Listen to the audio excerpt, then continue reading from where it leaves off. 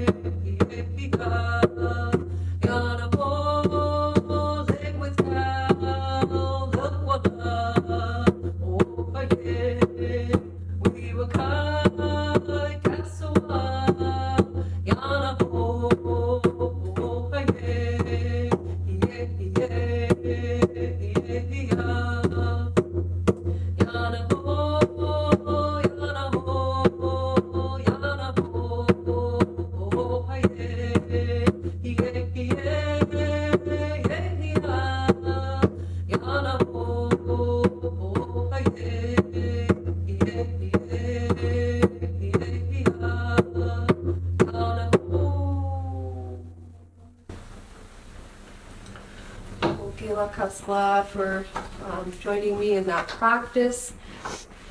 Just wanted to provide a little bit of context as to why I invite folks to be curious if you feel any movement happening. So interoception is just a big fancy word for basically being able to sense or feel what's happening in our bodies. And interoception is one of the things that gets impacted when we've experienced trauma. And so a very adaptive survival strategy, if we come from trauma, is to cut off or abdicate from our bodies in order to survive in the world. And our culture is one of the ways that we can heal from trauma. And so that's sort of the reason as to why. And interoception is just like any skill, it gets easier with practice. So yeah, I just wanted to hear from maybe one or two people if you did feel any movement or anything happening during the song.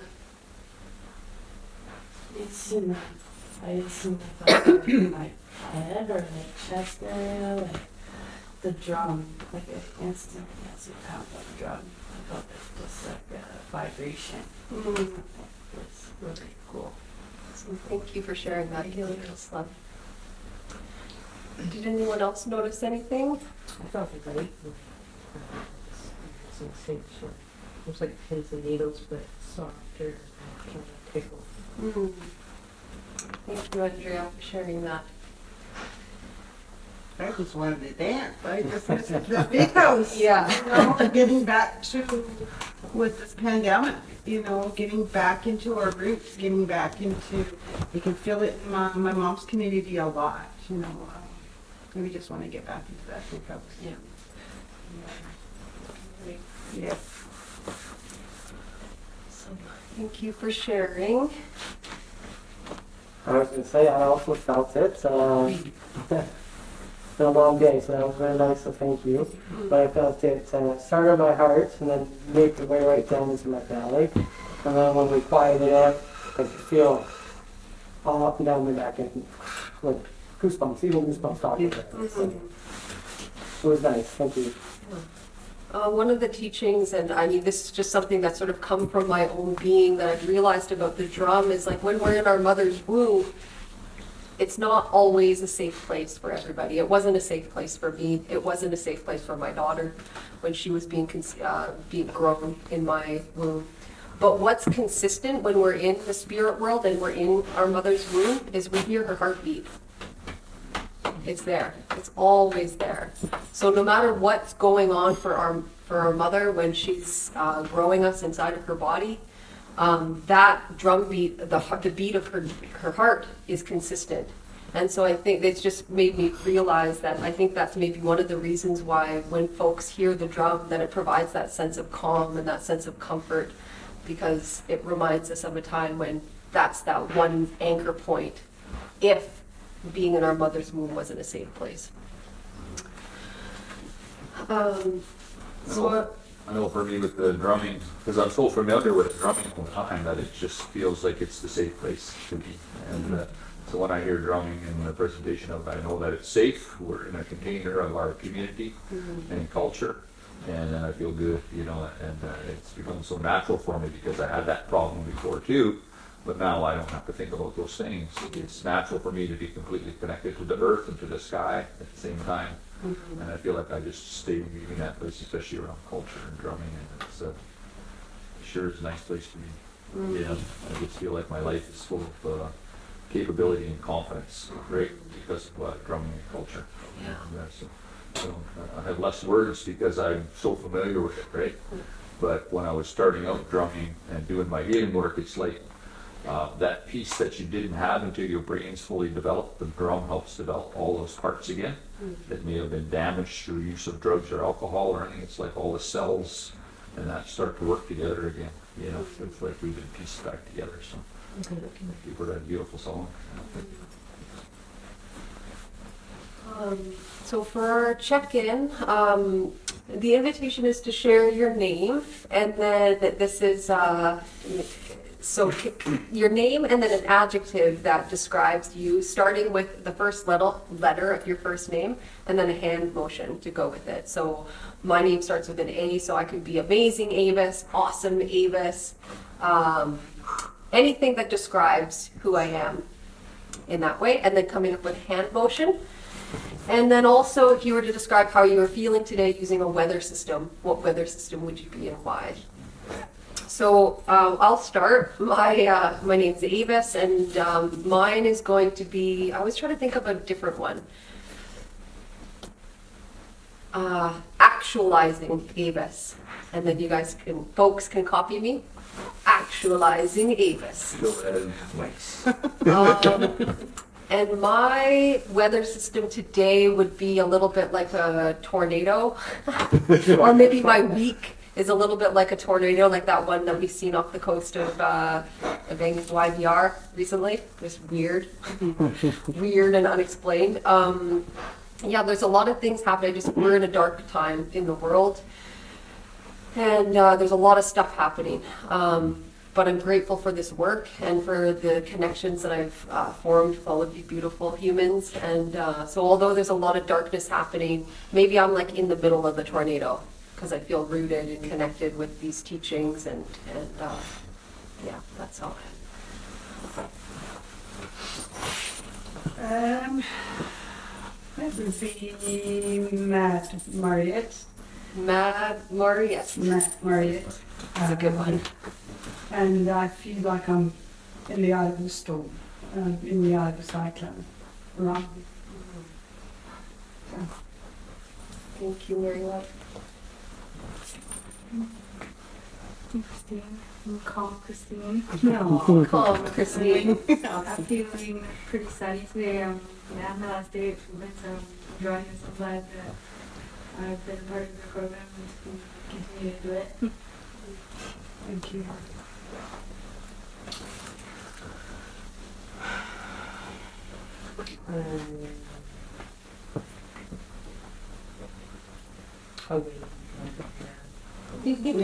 Oh, wait, can't.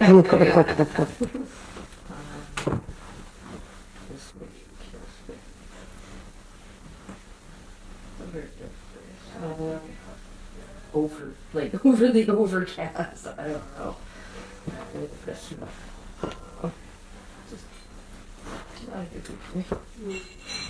Thank you for being here. Do you wanna? Yeah. Folks wanna check in? Okay. Carrie and Casey. Carrie, Casey. Yeah. Weather system for today. We've been tornadoes. Good. I'm not going to use that again. Let's just go with thunderstorm. Because at the end of the day, I still love thunderstorms, but getting through it, it's still a messy situation. But always beautiful in the end. So, yes, that's my share. I go with. Yep. I can go with loving Leah. Lovely Leah. Thank you for that. Weather system. I'm going to go with the sunshine after a thunderstorm. Since we've had a rough day, but I'm assuming it's going to get better and we're going to have some good times soon. My name's Evelyn. I don't know, evolving. That makes fun.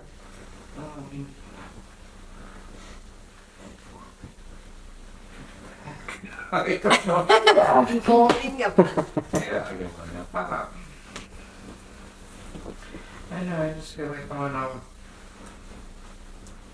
tsunami wave, just riding it. Wanted to ride it over here. Thank you. All right. The only one I come up with for Daryl is dynamic Daryl. I find I'm very happy to have that energy again now. I was been very busy burning the candle at both ends, working from morning till night. With moving and the stress of that transformation has been pretty heavy. And I had a cold a couple weeks back here, and so I'm way better now. I feel really good, so I'm trying to pick up a good weather pattern because I feel like I've been riding a canoe down a very rough river for the last couple weeks, and it's finally leveling out. It's smooth, and so it's kind of like the calm part of the weather now after the storm. So I'm very happy to be here. So dynamic Daryl. How about that? I'm glad I have to be that for my children and have that happiness. And when I was a child, I was more depressed for many, many years. And then as a young adult, I was carrying grief for loss of family members for 20 years. And then to turn that switch it's completely opposite, you know, to know that you don't have to carry all that. And my life has been nothing but exciting and happy for the most part. It's been a lot of work, but I get to be the one to choose that at any time. So it's like, yeah, I can be dynamic and healthy and happy, and that's typically how people know me anyways, you know. And that's because I've been doing that work, you know, so that I can say, you know, I'm in charge of my emotional self, and so I can be dynamic and I can be healthy and I can be happy, and I can still take the time to do that other work when it comes, eh? You know, in those two places. So thanks for being here. Thanks. Thank you. I'm Chelsea, and I thought about being cool Chelsea. Also thought about just like being curious to like culture and finding a sense of community, and that's it. Missing anything? Do you want to check in on how your week is going with using a weather system? Oh, right. Okay. So, I thought of, like I just like, I feel like, you know, when you look out the window and it's starting to snow and it looks like really peaceful and it looks really pretty, but it's not always fun to drive in. It's kind of where I'm at right now. It looks pretty on the outside, but you don't really want to get in the car and drive in it because it's kind of messy. Don't really have any traction, a little bit slippery. Yeah, still trying to get my footing. So it's the best way to describe my being lately. Thank you, Chelsea.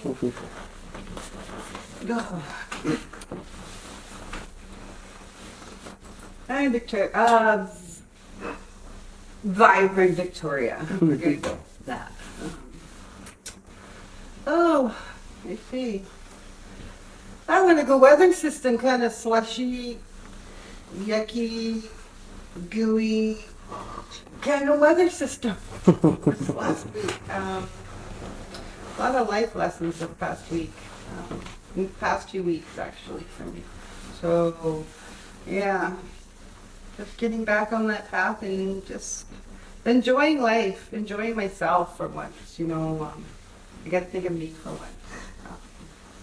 Can't please everybody, you know. I'm a people pleaser, and yeah, just kind of want to enjoy this holiday, and just be the best person I can be to myself and to others. You know, to help out wherever I can and whatever I can do. You know, I don't know. It's going to be different. I think I'm going to go home for Christmas, but yeah, I just spent 4 days home, and it's getting better at home. I'm speaking my mind and not, you know, feeling bad about speaking. I'm the Victoria one, so, and the Victoria needs in her life right now. So, thank you. Gail Kessler, everyone, for sharing a little bit about yourselves and how your week is going. So I'm going to invite us to start today with a grounding practice, and this is a grounding practice called seated mountain form. So mountain form is comes from the practice of yoga. So yoga is a 5,000-year-old rich, complex spiritual land-based practice, and it belongs to the people of India. It originated in northern India about 5,000 years ago.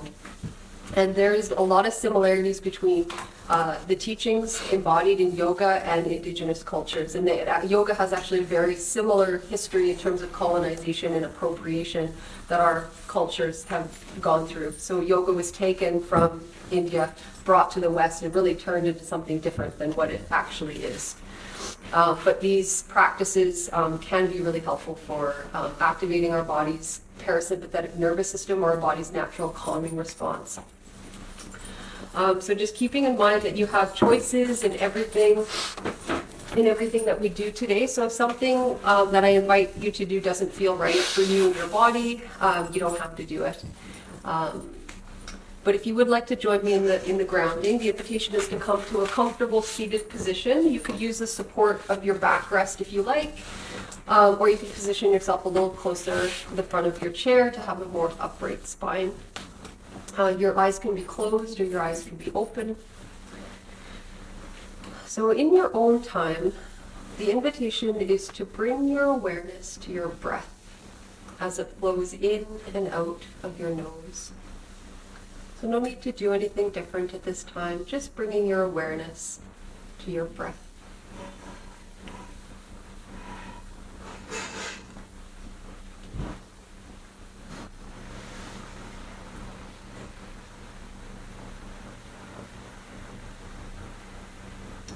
And when you feel ready, I'll invite us to drop into some deep inhales through the nose and long exhales through the nose. And one of the ways to achieve this deep inhalation and long exhalation is by adding a count to the breath in and a count to the breath out, making your out breath just a little bit longer than your in breath. You're welcome to try that out if that feels right for you and your body today, knowing that you can return to the natural rhythm of your own breath at any time.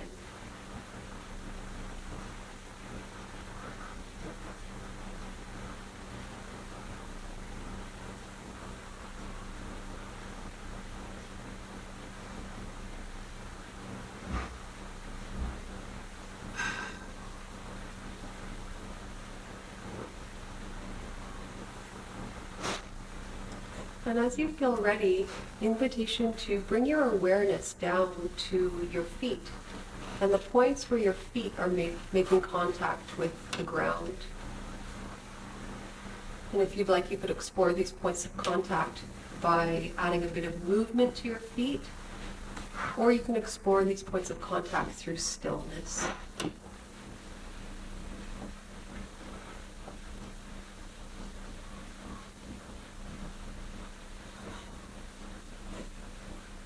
And if you feel called, invitation to imagine that you've got roots growing from all four corners of your feet.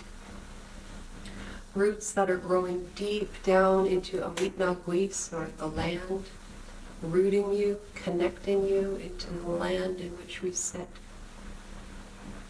And maybe acknowledging that we as Bakwam people, or we as Indigenous people, we are the land, and the land is us. We're made up of the same matter. And the land is a place that we can turn to for wellness and balance and healing.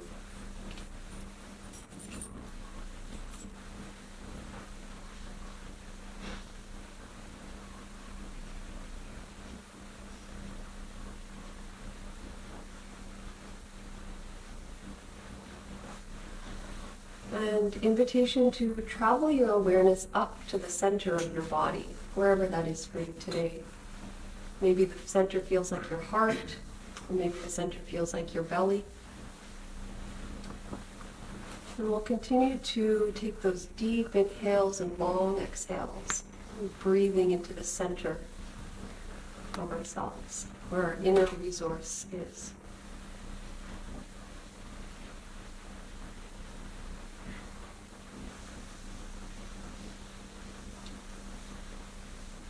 And if you feel called, invitation to place one or both hands on the center of your body, if that supports your awareness.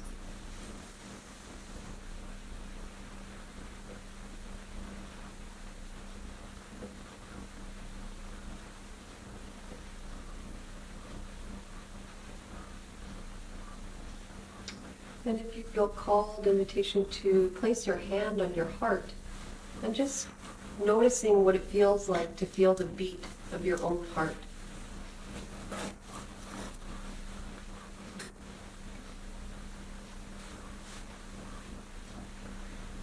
And maybe acknowledging that your heart beats in unison with the heartbeat of Mother Earth.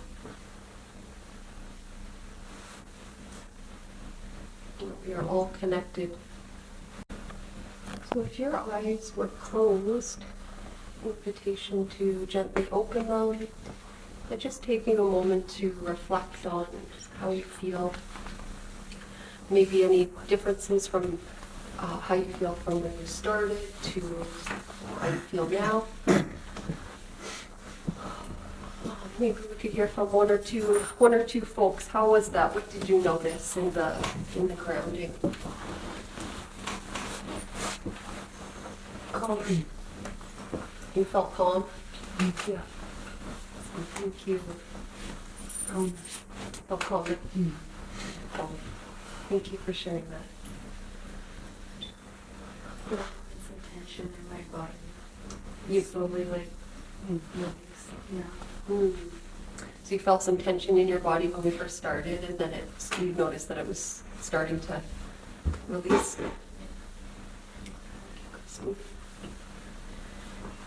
Yeah, all signs that are that part of our being, our nervous system, the parasympathetic nervous system. That's the part that brings us back down to that state of calm, and using our breath, our culture, the land, are all things that we can utilize as tools to connect with our bodies in that way, and our natural ability to calm ourselves. That's a beautiful tool that you shared. It was shared with me when I was a kid. And then it was shared with me with therapists when I was doing my healing work. And now it's something I share back with other people because it actually works at any time. You have that control. If you can control your breath, then you can control your state of being. So it's a beautiful tool. So thank you for reminding me and sharing that. And what a beautiful thing to be teaching our children too, right? Like that this is a resource, our breath is a resource that we have with us at all times. As long as we're alive and we're breathing, we can utilize our breath as a tool for self-regulation and calming. What I felt too in this, and I felt it before in this room as well, that when I think about the impacts that this genocide that's been put on Indigenous people, and one of the main impacts is like we have to disconnect from our bodies in order to survive in the world, in order to work, go to school, raise our kids. It's not safe in here, just live in our heads, right? And so when there was a point in time when I felt it in this room before, that like this collective embodiment going into our bodies, connecting with our breath, is like a real act of resistance to what's been done to our people. Because that's what we do in order to survive. We exit our bodies. So the act of going back in and connecting with our breath and our bodies is like an act of resistance to the genocide that's been placed on our people.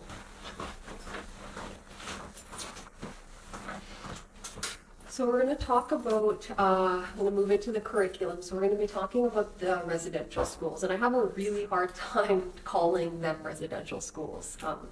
Schools don't have graveyards. Schools have playgrounds. And so I have a hard time calling these schools. But this is the term that we're going to use. So these institutions were funded by the federal government. Canadian federal government funded these institutions. They were run by mostly religious organizations, the Catholic Church.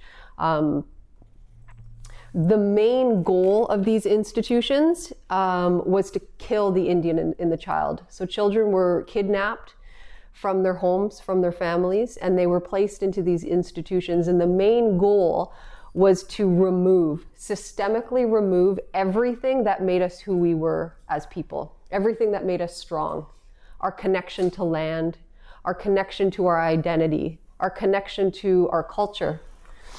And so systemically meaning that, the federal government wanted to remove everything about who we were as people, all the things that gave us our strength, remove that. And so what could be replaced was the dominant white society ideas, sense of identity. So the first residential school was opened in 1880 and the last one closed in 1996. So I was like 9 years old when the last one closed. I'm the first generation in my family to not have attended residential schools. But I have this photo up here because the trauma that I've experienced in my life is rooted in this institution. So this is St. Mike's Residential School in Alert Bay.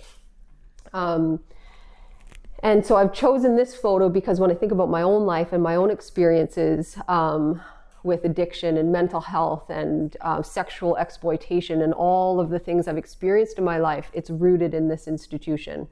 And what was really common in these schools or these institutions was abuse of all kind. So children were sexually, physically, emotionally, spiritually, mentally abused.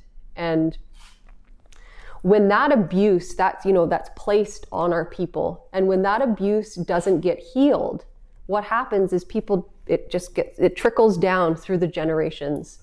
And because trauma lives in our bodies, it lives in the cells in our DNA and our genetic makeup. When we don't have the privilege to heal, it just gets passed down.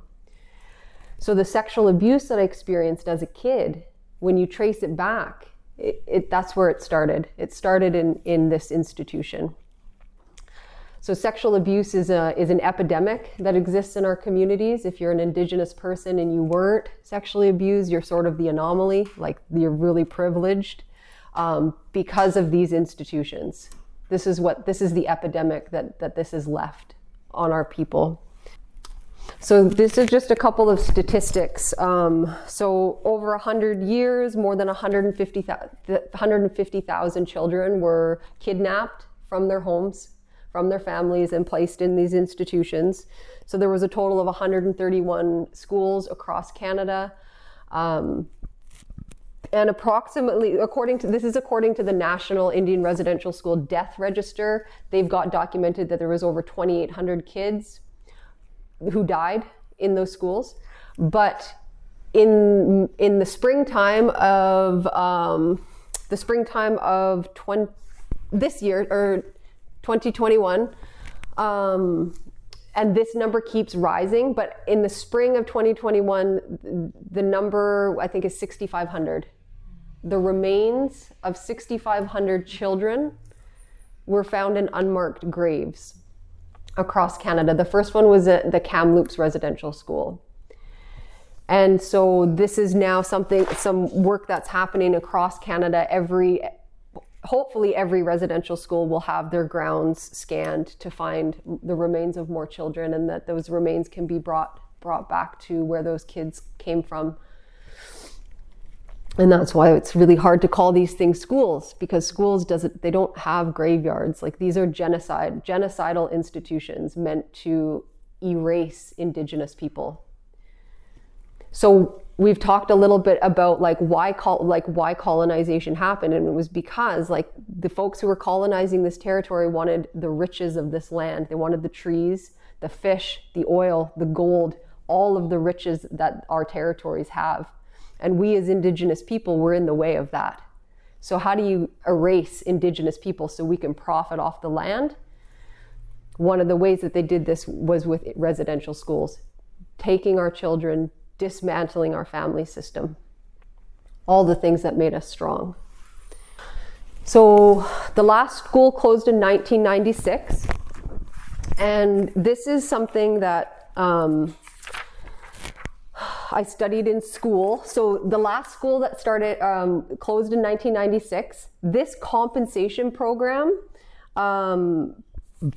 the residential school compensation program, is something that the federal government, I believe it was the federal government's way out of going to court, international court, for the genocide. This was their way out of that, so that nobody had to be held accountable for the genocide of our people. This is a war crime that happened to Indigenous people, genocide.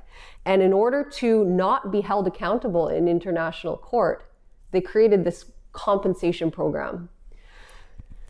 Residential school survivors it was a large class action lawsuit. Residential school survivors talked about what they experienced, and they were given a dollar amount. So there was a set amount for if you were sexually abused, if you were physically abused, there was a set amount that you were given.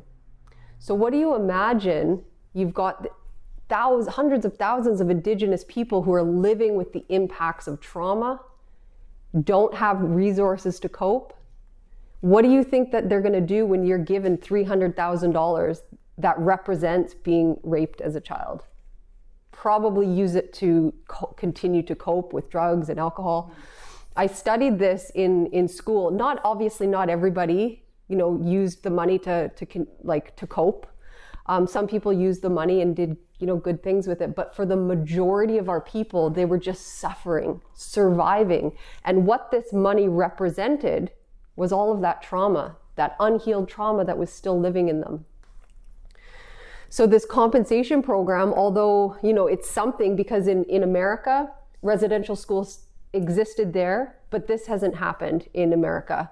They haven't even, nothing has happened in America. So I guess it's a step forward, but I also think that this was sort of a scapegoat to not be held in account in international court for the war, crimes against humanity, the genocide. So this is sort of the scapegoat out of that. And then it caused more harm to our people, because when you're living with unhealed trauma and your main way of regulating your nervous system is substances, what are you going to do with the money? It just perpetuates more. I guess the other thing that I want to comment on is the public apology. So Stephen Harper, this happened in 2008. Stephen Harper, that was the Prime Minister at the time, he issued a public apology to every Canadian or every Indigenous people, or all Indigenous people. And this is important because in America, nobody's acknowledged what happened shouldn't have happened.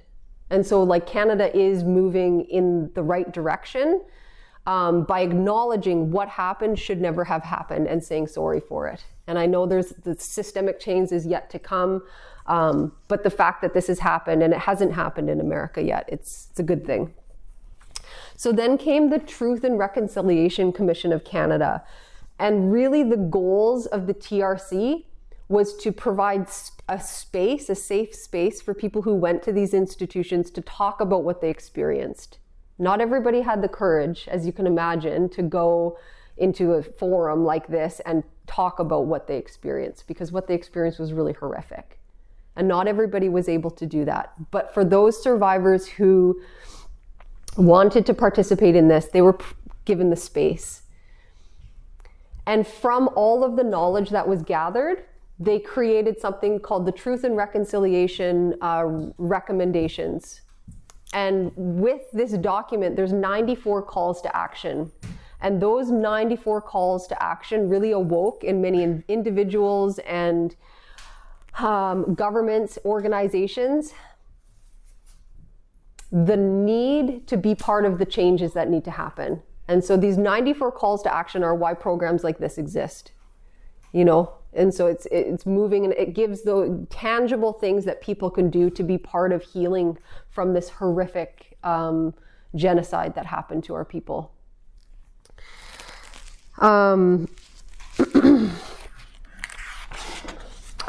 So that was a lot of content that we just covered. So I just want to pause here, and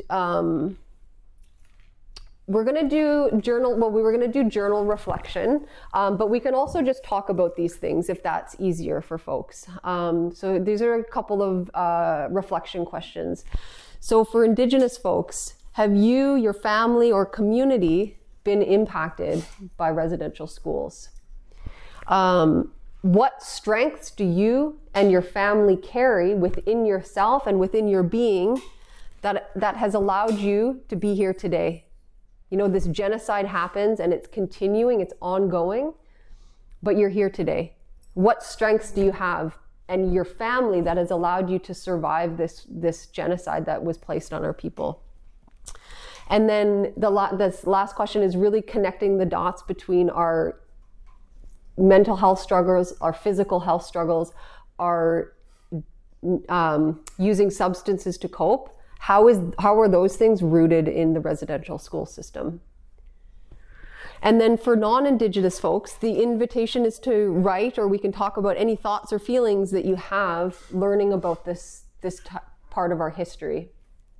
And what I've also experienced in doing this work is that non-Indigenous folks come from genocide in their history. And so if you do come from, have genocide in your history but are not Indigenous, the invitation is we can hold space for that as well. So usually we take 5 minutes and we do journal reflecting, but we can just talk about these things if that's easier. So I know I shared about, my own experiences, being sexually abused as a child is a direct, you can trace it directly back. And so that experience of being abused in a child changed everything for me. Everything. The sense of safety. People I love and are supposed to be caring for me, well, you learn that actually you can't trust them. The sense of safety within my own body. And directly rooted into why I use substances and why I struggle with my mental health and physical health. So I'm not sure if any of those questions land for folks or...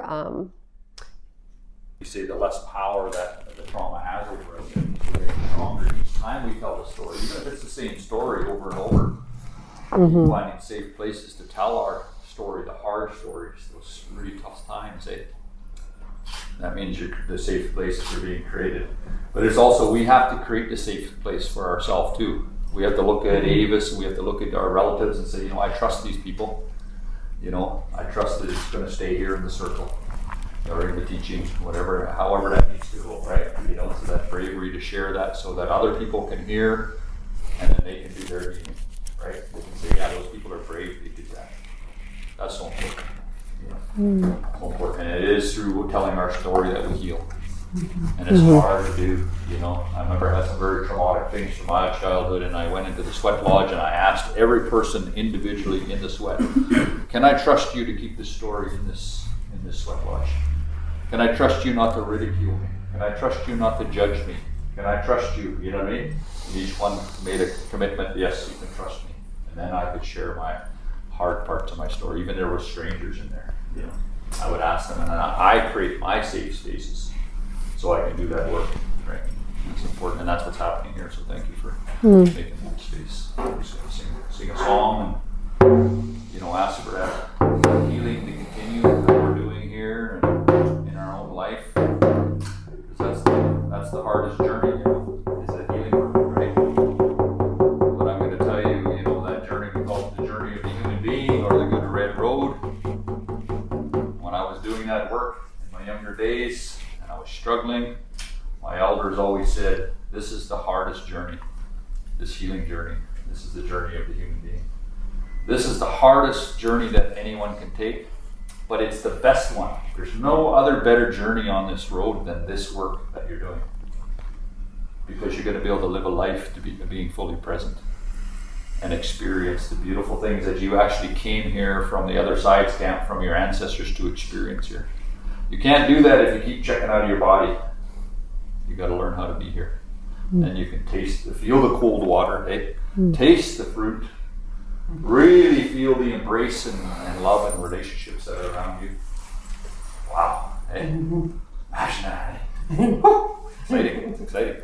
I like it. I love it every time I see that and feel that, and look at my child or look at people heal or be part of something that I can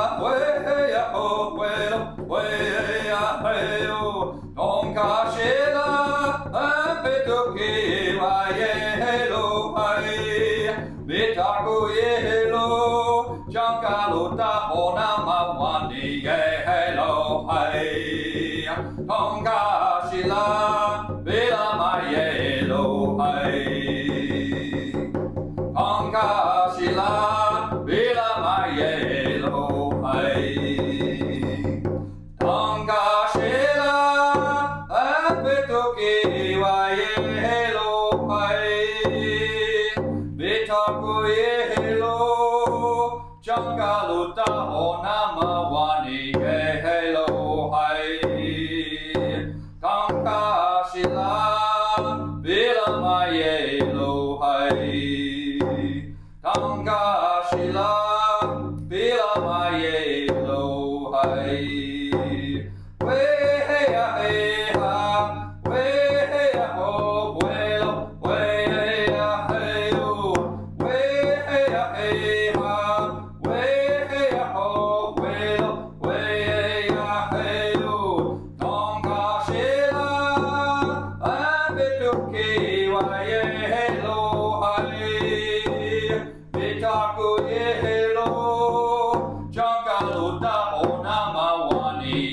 hello hai Tangka sila Bila mai hello hai Tangka sila Bila mai hello hai Chanu pa ki le yu ha Je wa ki hello Tangka sila Tangka sila Bila mai hello hai Tangka sila Bila mai hello hai Tanggalukta ona mawane yelo hai Tangkashila bila mai yelo hai Tangkashila bila mai yelo hai Chanu pa kile yuha Jewaki hello Tangkashila Tangkashila Bila maya yelo hai Tangkashila Bila maya yelo hai